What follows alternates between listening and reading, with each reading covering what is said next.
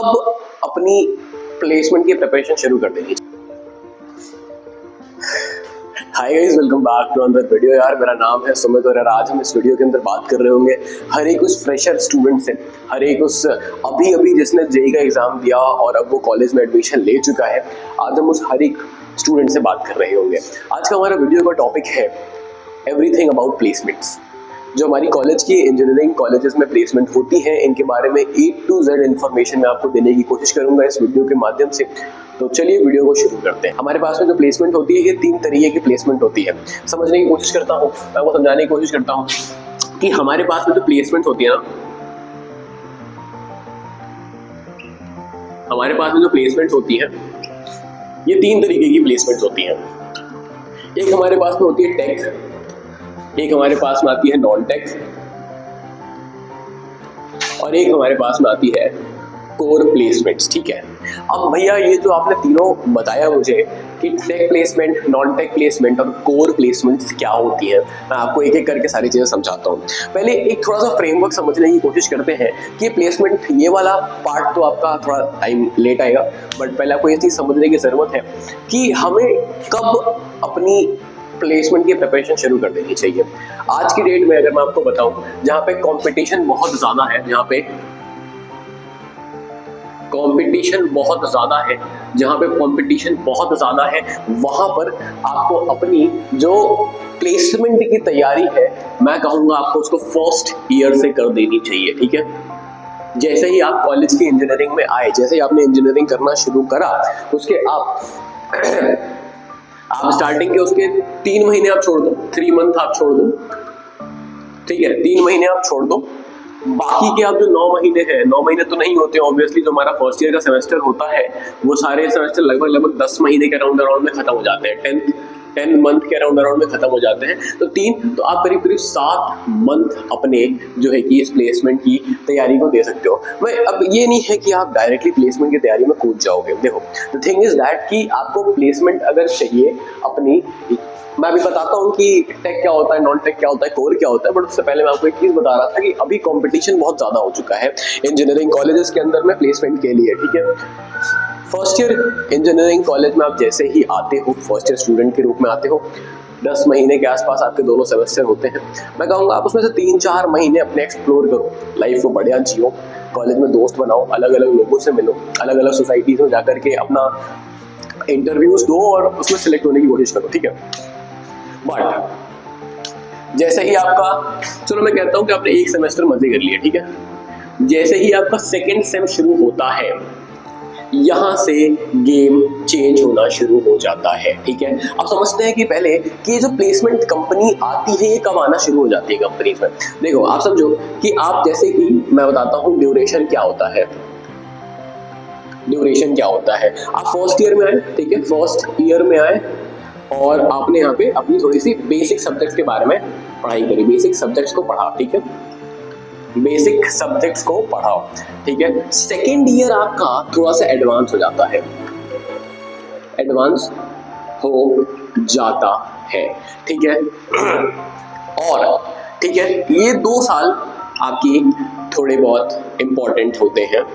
ठीक है, ये 2 साल आपके इंपॉर्टेंट क्यों होते हैं मैं आपको बताता हूँ। क्या रोल है इन 2 साल का आपकी प्लेसमेंट में, अभी आपको ये भी बताऊंगा। उसके लिए बस आप 2 मिनट वेट करो, मेरी बात को ध्यान से सुनो, मैं आपको हर एक चीज बहुत क्लियरली समझाने की कोशिश कर रहा हूँ इस वीडियो के माध्यम से। ठीक है, तो आपको समझ में आया कि आप फर्स्ट ईयर में बहुत बेसिक सब्जेक्ट्स होते हैं, सेकेंड ईयर में थोड़े से एडवांस हो जाते हैं। आपको ये चीज समझनी है कि जो हमारी इंटर्नशिप के लिए कंपनी आती है, इंटर्नशिप के लिए जो कंपनीज आती है हमारे पास में, वो आती है हमारे पास में थर्ड ईयर के स्टार्टिंग में। कब आती है? थर्ड ईयर के स्टार्टिंग में आती है। मतलब जैसे ही आपने अपनी सेकेंड ईयर कंप्लीट करी और जैसे आप थर्ड ईयर में गए, आपकी इंटर्नशिप के लिए कंपनियां आना शुरू हो गई। ठीक है, तो आपको समझ में आया कि थर्ड ईयर की जैसे आपकी स्टार्टिंग में आप इंटर्नशिप में जाना शुरू हो गए, और जैसे ही फोर्थ ईयर की स्टार्टिंग होती है, फोर्थ ईयर की स्टार्टिंग होती है, ठीक है, फोर्थ ईयर की स्टार्टिंग होती है, प्लेसमेंट के लिए कंपनी आ जाती है। किसके लिए? प्लेसमेंट के लिए कंपनीज आ जाती हैं। मतलब कि हमारा फर्स्ट ईयर हमने अपनी थोड़ी बेसिक पढ़ाई करी, 1 सेमेस्टर मजा मार लिया, एक सेमेस्टर खत्म होने के बाद दूसरा, तीसरा और चौथा सेमेस्टर अपनी प्रेपरेशन करी प्लेसमेंट इंटर्नशिप के लिए, और थर्ड ईयर के जैसे ही स्टार्टिंग में कंपनीज आई, हमने उसमें अप्लाई करा, हम सिलेक्ट हो गए, हमने अपनी बढ़िया इंटर्नशिप करी, फिर अगर कंपनी को आपका काम पसंद आता है, ठीक है, कंपनी के लोग अगर आपको पसंद करते हैं तो वो फिर आपको पीपीओ दे देते हैं, ये पीपीओ क्या होता है? प्री प्लेसमेंट ऑफर, ठीक है, प्री प्लेसमेंट ऑफर दे देते हैं। चलिए, ये तो मैंने फ्रेमवर्क समझ लिया कि हम फर्स्ट ईयर के इंजीनियरिंग कॉलेज में है, हमारी थोड़ी सी हमने मजा मस्ती कर लिया है फर्स्ट सेमेस्टर में। दूसरा, तीसरा, चौथा सेमेस्टर में हमने अपनी डेटा स्ट्रक्चर्स एल्गोरिथम, सबसे पहले तो आपको एक लैंग्वेज उठानी होती है, उसका डेटा स्ट्रक्चर्स एल्गोरिथम सीखना होता है, फिर आप डेवलपमेंट कर सकते हो। अभी तो AIML भी काफी बूस्ट पे है, तो आप AIML भी सीख सकते हो। हमें सारी बातें कर रहे होंगे, आप 2 मिनट रुको, मेरी बातें सुनो, ठीक है। तो इतनी बात क्लियर होती है कि हम समझ के इतनी बातें हमारी है, ओके। अब हम बात करते हैं कि ये जो प्लेसमेंट्स है, इसमें हमारे पास में टेक, नॉन टेक और कोर प्लेसमेंट्स क्या होती है। जो यार ये टेक प्लेसमेंट है ना, ये टेक एक ऐसी प्लेसमेंट होती है जिसमें, जैसे कि आपने बहुत सारे फैंग कंपनी के नाम सुने होंगे, Microsoft, Google, Amazon, Flipkart, PhonePe, Paytm, तो ये सारी कंपनीज हमारे पास में टेक डिपार्टमेंट के अंदर आ रही होती है। ये कंपनी आपसे क्या डिमांड करती है? ये जो टेक कंपनीज हैं, ये आपसे डिमांड करती है सबसे पहले डेटा स्ट्रक्चर्स एंड एल्गोरिथम। दूसरी चीज डिमांड करती है आपसे डेवलपमेंट। तीसरी चीज डिमांड करती है आपसे क्वांट एप्टीट्यूड, ठीक है। तीसरी चीज आपसे डिमांड करती है क्वांट एप्टीट्यूड। तो आप समझ रहे हो, मतलब अगर आपको प्रोग्रामिंग में इंटरेस्ट है, इर्रिस्पेक्टिव ऑफ किसी भी ब्रांच से हो, अगर आपको प्रोग्रामिंग में इंटरेस्ट है, ठीक है, प्रोग्रामिंग में इंटरेस्ट है, तो आप टेक के साइड जा सकते हो, बट भैया हम ये कैसे पता लगाएं कि हमको प्रोग्रामिंग में इंटरेस्ट है कि नहीं है? करके देखो, अभी आज यूट्यूब पे सर्च करो, आपको सर्च क्या करना है कि देखो, अगर मैं आपको बताऊं, अगर आप बहुत बिगिनर हो, कभी आपने क्लास 11th 12th में कभी भी कंप्यूटर साइंस नहीं पढ़ा है, तो आपको सिंपली क्या करना है, आप फटाफट से गूगल पे लिखो, ठीक है, पेन नहीं चल रहा है, कोई नहीं, आप सबसे पहले जाओ गूगल पे लिखो। गूगल पे क्या लिखोगे? गूगल पे आप पाइथन का कोर्स, पाइथन प्लेलिस्ट लिखना। अपना कॉलेज, एक श्रद्धा दीदी है, हमारे कॉलेज से ही है, मैं NSUT का ही हूँ, और तो आप वहाँ पे पाइथन लिखो, अपना कॉलेज आगे डाल देना। उन्होंने 9 वीडियोस की एक अच्छी खासी पाइथन की प्लेलिस्ट बना रखी है। अगर आप उसको देखते हो, आपको लगता है कि यार ये चीज करी जा सकती है, कूद जाना उसमें, बिना कुछ सोचे समझे कूद जाना उसमें, क्योंकि उसमें जॉब अपॉर्चुनिटी ज्यादा है। बट अगर आपको ऐसा लग रहा है कि मेरा इंटरेस्ट नहीं बन रहा है कोडिंग में, तो मैं क्या करूँ? अब आपके लिए आता है ये नॉन टेक जॉब्स। ये नॉन टेक जॉब्स बेसिकली, अगर मैं बहुत छोटे छोटे शब्दों में बताऊं या फिर एक सिंपल शब्दों में बताऊं, तो ये सेल्स की जॉब होती है। किसकी जॉब होती है? सेल्स की जॉब होती है, सेल्स की जॉब होती है। इसके अंदर कंसल्टेंसी के बहुत सारे रोल आते हैं, कंसल्टेंसी के बहुत सारे रोल आते हैं, ठीक है। इसके अंदर कंसल्टेंसी के बहुत सारे रोल आते हैं, तो आप नॉन टेक जॉब्स में जा सकते हो। नॉन टेक जॉब्स ऐसी जॉब्स होती हैं जैसे प्रेजेंटेशन प्रोवाइड करना हो गया, जैसे एज आप HR वगैरह बन सकते हो, ठीक है, ह्यूमन रिसोर्सेज वगैरह। तो ये सारी चीजें हमारे पास तो नॉन टेक के अंदर आती है। कोर एक ऐसा प्लेसमेंट का डिपार्टमेंट है जिसमें हम बेसिकली जिस ब्रांच में होते हैं उसी ब्रांच की प्लेसमेंट लेते हैं, तो हमारे लिए कोर बन जाता है, ठीक है। CSE कंप्यूटर साइंस के लिए कोई भी कोर नहीं होता है। CSE कंप्यूटर साइंस वाले स्टूडेंट्स के लिए हमेशा टेक प्लेसमेंट ही होती है। आप समझ रहे हो मेरी बात को?